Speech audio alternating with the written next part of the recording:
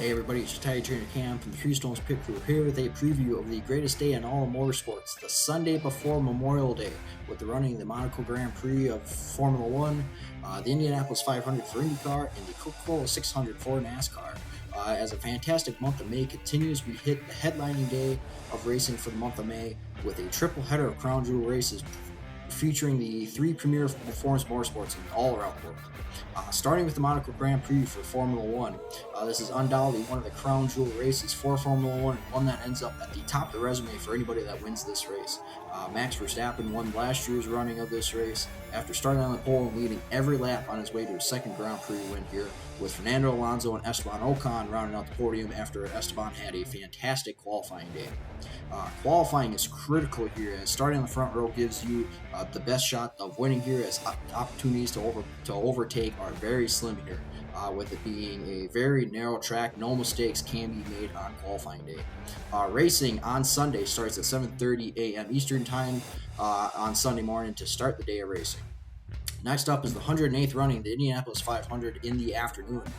Looking quickly back to last year, Joseph Newgarden was your winner of this race after taking lead on the last lap of this race for his first career Indy 500 win. Alex Palou and Pato O'Ward were two of the strongest cars last year, but were not able to pull it off. Scott McLaughlin sits on the pole with a qualifying run of 2:34.220, with his teammates Will Power and Joseph Newgarden, last year's winner, starting on the front row with him. One of the biggest storylines going into this year is Kyle Larson. He's looking to pull the double this year after running the Indianapolis 500 and the Coca-Cola 600 later in the day. Larson has shown a ton of speed in his practice runs and obviously in qualifying, putting down a fifth place effort in his qualifying run. No mistakes on pit road, hitting your marks on every lap, and being within camera shot at the end of this thing will help provide the best chance to get that win in the prestigious Indy 500. Carb Day is on Friday starting at 11 a.m. Eastern Time, which is final practice, with coverage of the race starting on Sunday at 11 a.m. Eastern Time on NBC and Peacock. Finally, NASCAR ends the day with the 65th running of the Coca-Cola 600 from Charlotte Motor Speedway.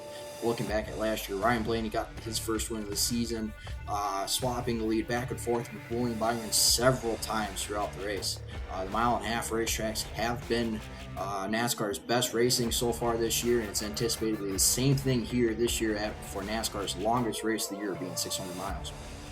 Pit crews will be put to the challenge as well, between how long they are going to be on pit road for the race and how many pit stops they're going to make, so it's going to be crucial to hit every single stop perfectly.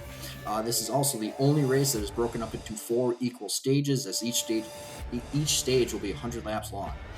Byron will look for redemption and is sure to be a favorite this Sunday, but Hamlin has been good here as well. Truex loves this track, obviously there's one here in the past, and Christopher Bell ran good here last year as well, so there's some favorites going into this one.